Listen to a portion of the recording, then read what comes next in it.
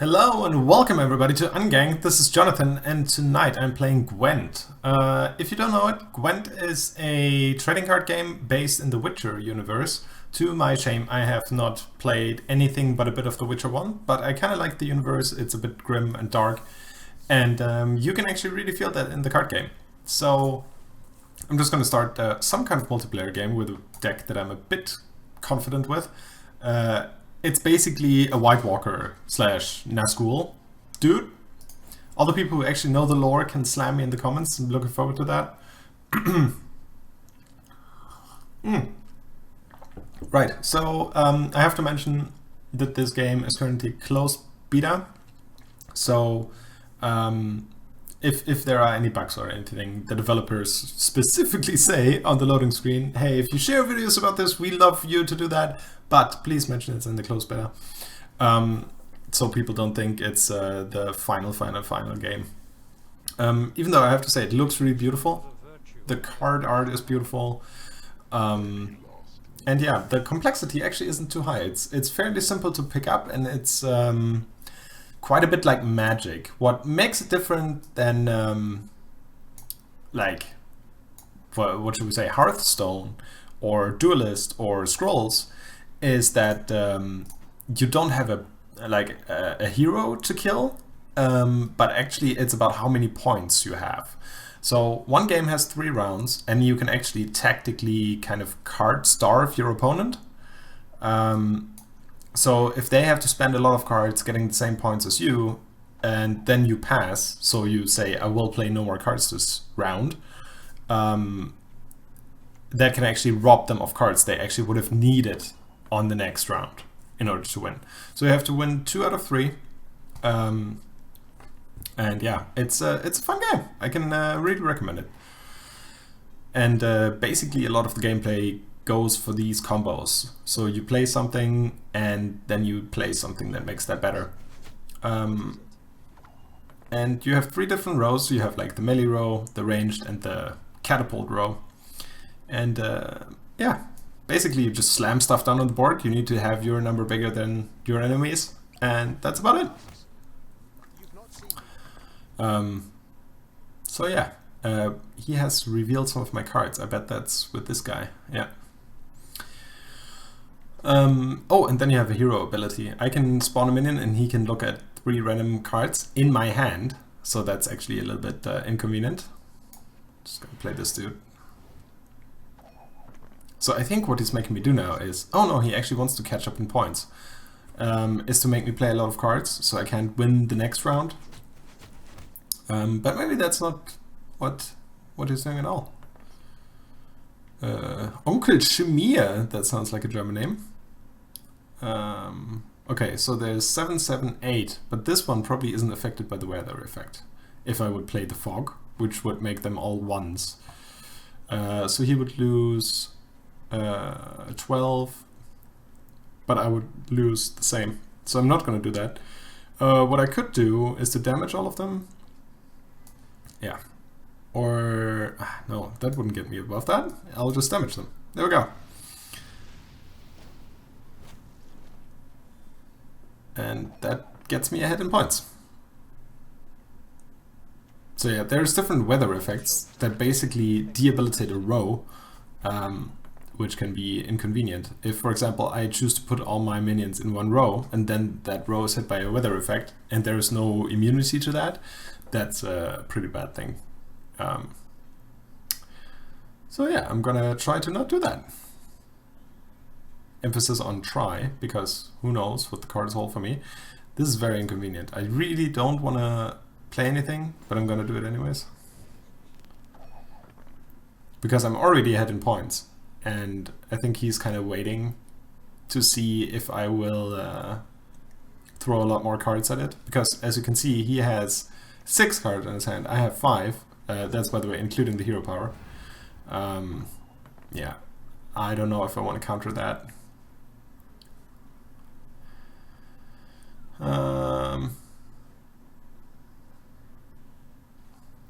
It's a really good question. So my monster deck ability is I will keep the strongest minion, but I really want the Devourer to strike once. I think I'll just play the same and see what happens.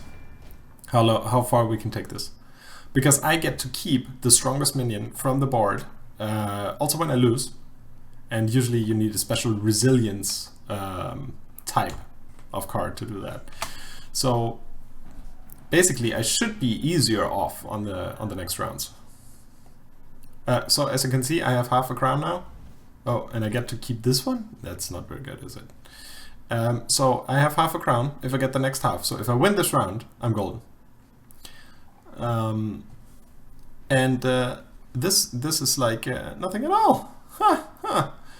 Okay, I have a cool minion. It's called an Ancient Foglet. It has weather immunity, so it doesn't lose the attack points, and it gains 1 strength if there's fog on the row.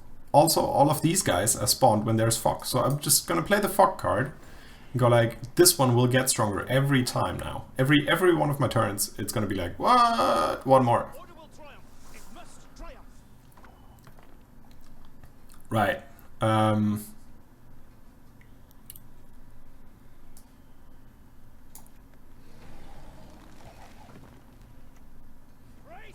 So right now, a spell would be good that would kill them both at once. There's one called Scorch.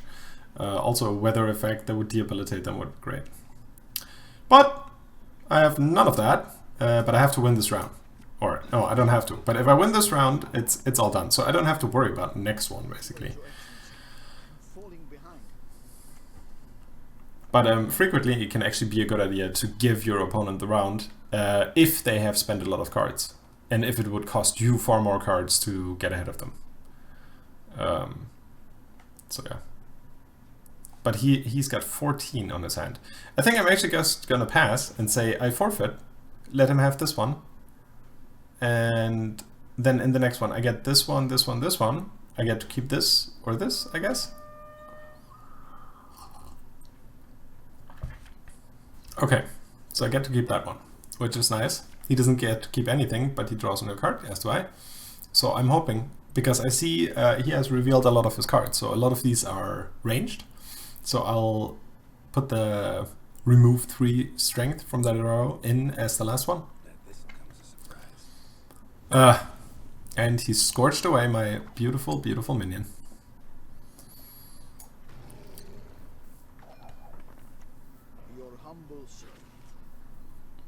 Yeah. So this guy's has a lot of spy cards. They basically give you a little bit, but they give you far more. The downside is, if I now had a lot of other minions and then a spell to buff them all, that would of course be great for me. But I don't. And he has 14 and 5 on his hand. I could surrender now. Oh no, but this one doesn't have weather immunity, which is great. So I have 13, he has 14. This is not gonna be great. Gonna swipe those away, and still with a single card, he's actually going to win. No, wait, he passed. I'm not entirely sure what happened. If I was him, I had played that card and just won. Uncle Schmier, if you're watching this, what the hell did you just do? Did you let me win because you knew I was recording? Maybe. I'm not entirely sure. So yeah, that was an example play with a monster deck and Eredir. Eredir is, it's easy to get a strong monster deck, or I feel comfortable playing it as a beginner because you get to keep one of your minions and you can play the hero power. Some of the other hero powers are a bit more abstract, like this guy, he gets a clone minion, that's pretty easy too. Francesca gets to redraw 3 cards, which can be super, super awesome. But also can be, in some games, it's not useful at all. Then you rather would have 11 attack points more. This guy can look at 3 random cards in an opposing hand. So that also, I mean, it's important to know what your opponent has, but maybe you can't do anything about it anyways. So yeah, it's this guy is great. That's what I'm trying to say. This guy is pretty good too. Yeah. So What else is in the game? You can play single player, you can play the tutorial, which actually is nicely made. It's a bit strict on what you're allowed to do and what not, but Hearthstone basically was the same. You can play practice against AI. You can build your decks. The deck builder actually looks pretty sweet. Again, beautiful card art. And actually, in the deck builder, it's like automatically segmented into the different rows you also have on the board. So you can kind of see, okay, how much of this do I have? How much of that do I have? There's a maximum amount of things you can put in your deck, like a certain amount of times. Then you have all your spells down here. There are some gold animated cards, like Gerald the Witcher. Save and exit. Thank you. And yeah, I'm enjoying Gwent so far. So if you want to play it, please add me. I'm False Shepherd. Just add me as a friend. And of course, there's lots of grind. You can buy kegs that have card in them, so it's not packs, it's kegs. And yeah, I think they've really succeeded. The only thing I really have to complain about is that it's not, or so far I haven't seen that a Linux version is planned anywhere, and that would just be perfect for me, because I could have it on my second screen, I could do something else in the meantime and just, you know, throw some cards out there, because there is so much grind, because you need to gather so much, whatever, books, pieces of books, I don't know, to get all the cards. It would be perfect if I could play that on my operating system of choice. But I know many games aren't made for Linux, blah, blah, blah, blah. I'm gonna stop whining now. I hope you enjoyed this, and yeah, leave it to it. Let us know in the comments if you want Mikkel and me to play it at once. Hashtag Crevian must join again. Hashtag make Unganked great again. And yeah, have a lovely evening. Bye bye.